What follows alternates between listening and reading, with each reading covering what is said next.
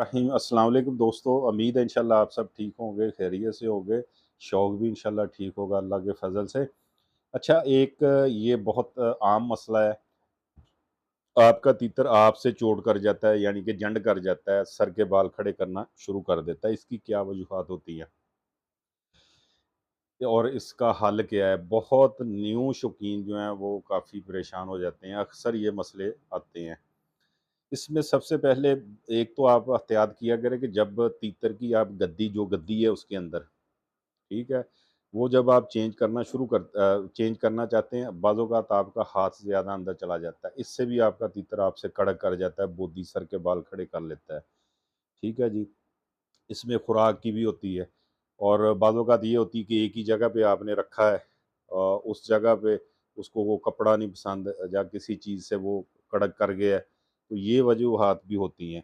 ये चीज़ें अब आपने देखनी है कि हमारा तीतर किस वजह से कड़क कर गया है, सर के जो बाल हैं वो खड़े कर लिए हैं उसने, ठीक है? सर के बाल खड़े करने का मकसद होता है गुस्सा उसके अंदर, मसलन कि वो अपना गुस्से का इज़हार कर रहा है।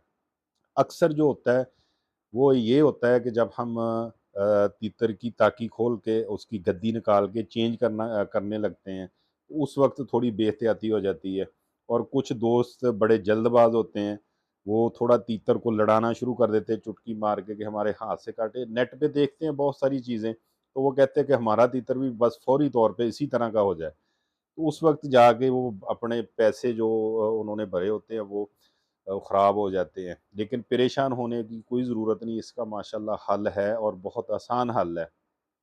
ठीक है जी।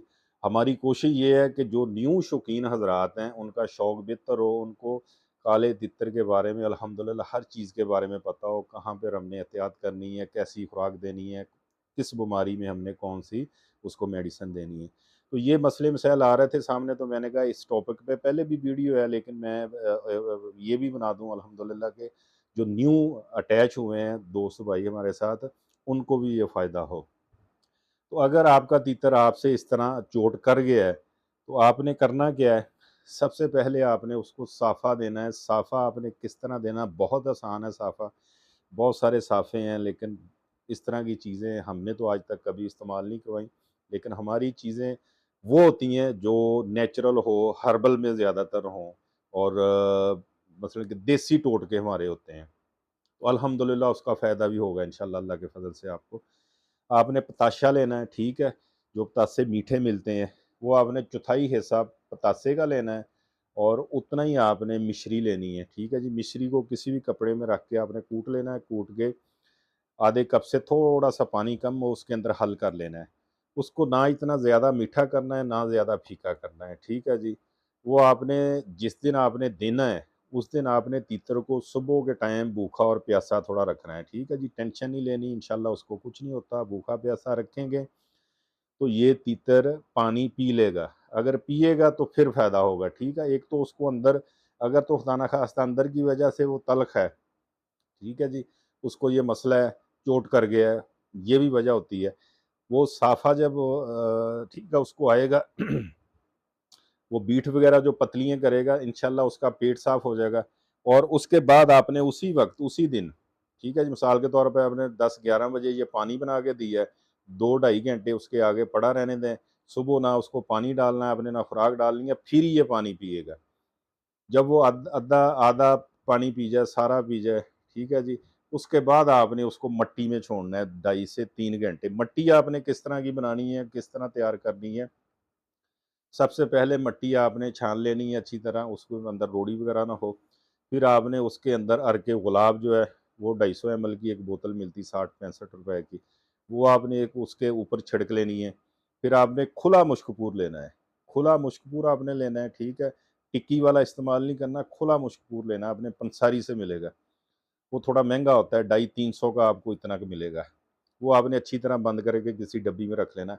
वो 1 चम्मच पूरा भर के जो है, वो आपने उस मिट्टी के अंदर हल करना है, अच्छी तरह मसलना है हाथों की मदद से, ठीक है जी?